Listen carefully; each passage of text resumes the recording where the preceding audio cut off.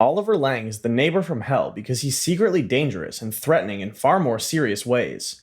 In Arlington Road, he is the man who smiles at your kid, invites you to a barbecue, and casually hides that he's building a bomb in his basement. However, he's not just a villain, he's a ghost in the suburban terrorist you never see coming.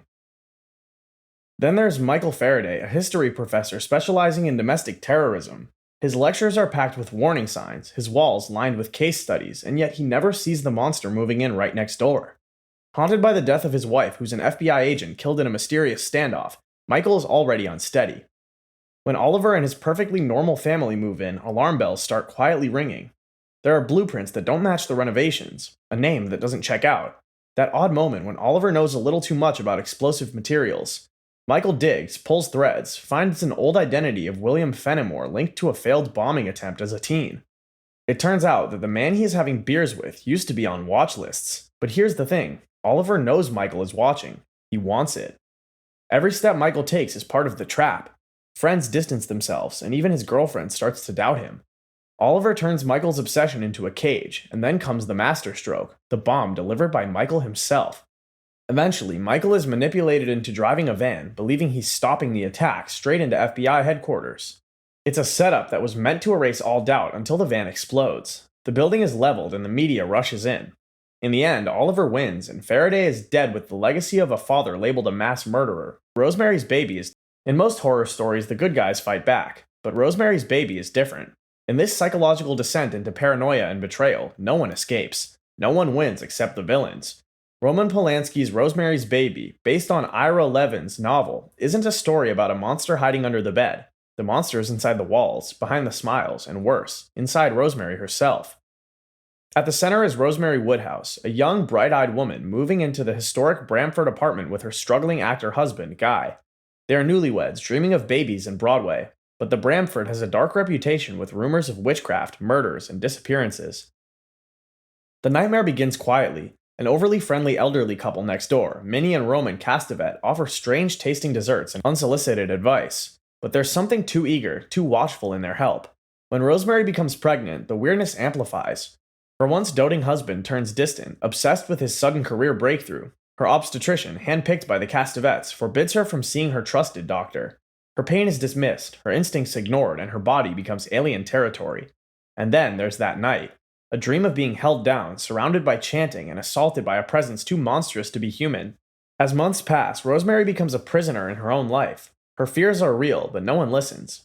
Every person she turns to, including her doctor, her friends, even her own husband, is part of the conspiracy. The walls close in, but paranoia becomes reality. And when the baby is born, she was told the baby died, but her maternal instincts refuse to believe the lie. She discovers the secret room, the black crib, and the satanic gathering. Meanwhile, Rosemary's baby isn't hers. He was born from a terrible ritual they tricked her into, and the people behind it are her close friends, neighbors, and even her own husband, and they have won. They hand her the baby, gently, respectfully. The cult knows something she doesn't yet, and in the final moment, the horror isn't that she lost, it's that she stays. Tyler Durden is chaos in human form, destructive, seductive, and rebellious. He represents the wild fantasy of every bored office worker, escaping the system, finding identity in destruction. At first, he's just a charismatic guy with radical ideas, but he doesn't just want to fight the system, he wants to blow it up. The narrator lives a dull, empty life. He has a boring office job, fills his apartment with IKEA furniture, and attends support groups for diseases he doesn't have just to feel something. He is numb, sleepless, and lost. Then Tyler shows up and says everything the narrator has secretly been thinking. He says life isn't about your job or your stuff. Real freedom, Tyler claims, comes from letting go of everything society tells you to care about.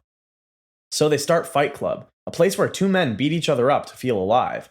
But it's not just about violence, it's about tearing down the ego. However, Tyler becomes a movement. Project Mayhem spreads like a virus, with followers carrying out acts of domestic terrorism with no names or identities, just chaos. Tyler's words become law, and his soldiers follow without question. Skyscrapers become targets of a world they want to destroy. After some time, it turned out that Tyler wasn't real. He's a part of the narrator's mind, a split personality born from deep emotional emptiness. Tyler's everything the narrator secretly wanted to be.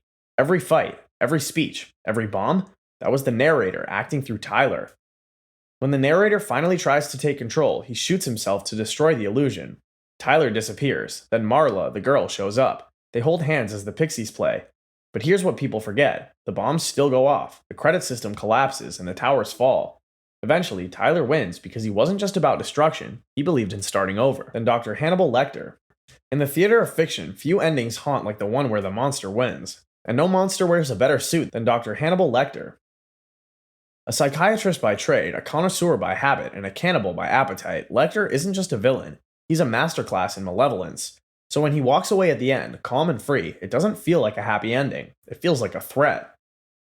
We first meet him in prison, calm, polite, and completely in control, like something dangerous behind glass. The FBI sends young agent Clarice Starling to ask for his help catching another killer. She's smart and determined, but inexperienced. From their first meeting, Lecter is playing a deeper game. He doesn't use violence, but words. With every question, he gets inside Clarice's head, pulling out her deepest fears while giving her just enough clues to keep her coming back. He really never cared about helping. His goal was to manipulate her and to escape.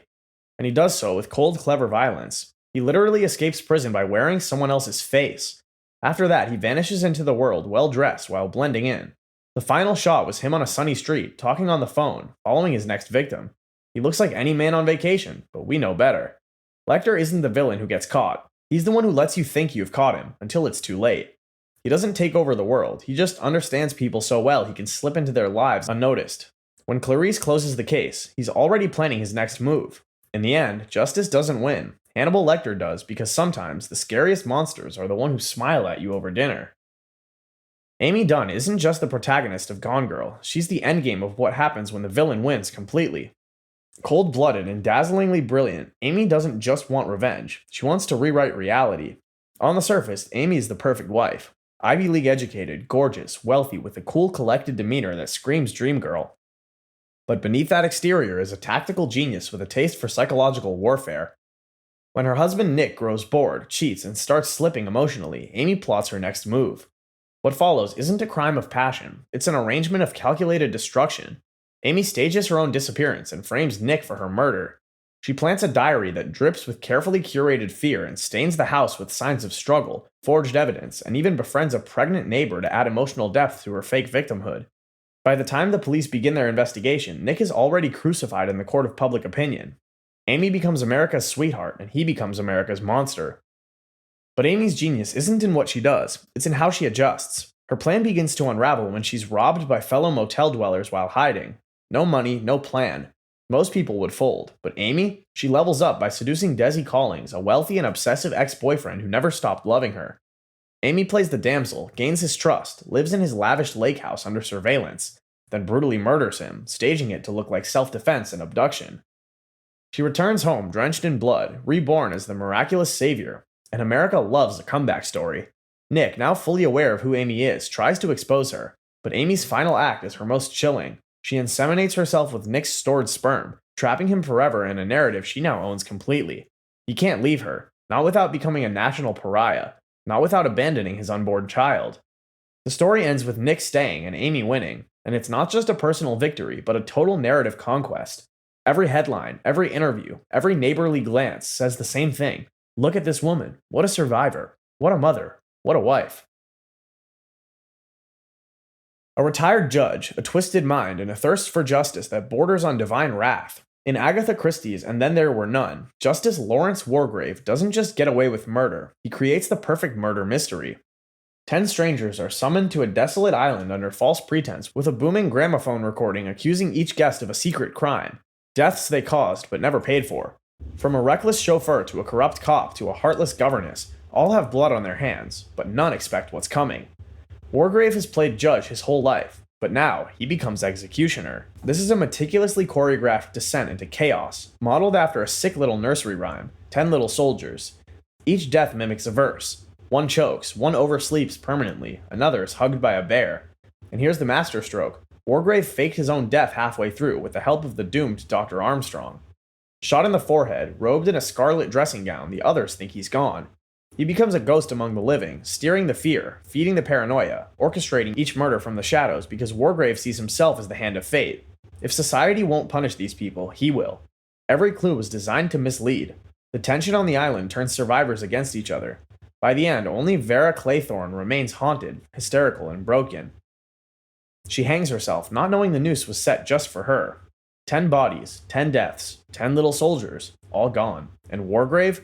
Dead again, for real this time, but in exactly the same position as before. Same bullet wound, same robe, same theatrics. A closed circle, no footprints, no survivors. A murder mystery with no murderer left to catch.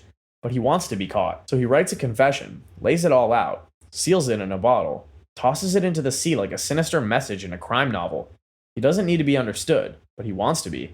That's the final flourish.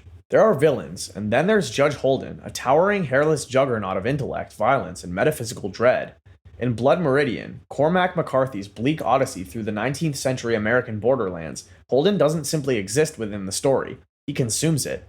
He is madness given flesh, and unlike most villains in literature, Judge Holden wins. The Judge first emerges in a dusty Texas revival tent like a devil disguised as an academic. Amidst the sweat and hallelujahs, he accuses a preacher of unspeakable crimes. Lies, of course, but the congregation doesn't need truth when it has bloodlust. The preacher is nearly torn apart. The judge, untouched, watches with satisfaction. He's already playing God. Then comes the desert. Holden joins the Glanton Gang, a brutal collection of Indian scalp hunters roving the US-Mexican border. He doesn't just ride with them, he becomes their philosopher king. He teaches them how to craft gunpowder from bat guano and volcanic ash like a desert warlock. He sketches fossils, lectures on geology, speaks every language, and kills without hesitation. Sometimes he kills just to see if he can. Other times it's for reasons only he understands. Either way, he never apologizes. The judge is erudite and monstrous, poetic and lethal. He reads the stars and writes in his ledger by campfire light. Some say they have seen him before they met him. Others suspect he's always been there. The novel's protagonist, a nameless kid who becomes the man, is lured into the judge's orbit. He kills, but unlike the others, he resists the judge's worldview, which sees war not just as necessary, but divine. Holden declares that war is God, and the way the world bends and breaks beneath his feet, it's hard to argue otherwise. But the kid resists by refusing to submit. For that, he must be punished. Years pass. The Glanton Gang dissolves in a storm of gore and fire, and still the judge remains unchanged by time. When the kid, now a weary man, finds himself in a nameless saloon, the judge is waiting. Still dancing, still preaching, still perfect. What happens next is one of fiction's most horrifying final encounters. The man enters the outhouse. The judge follows.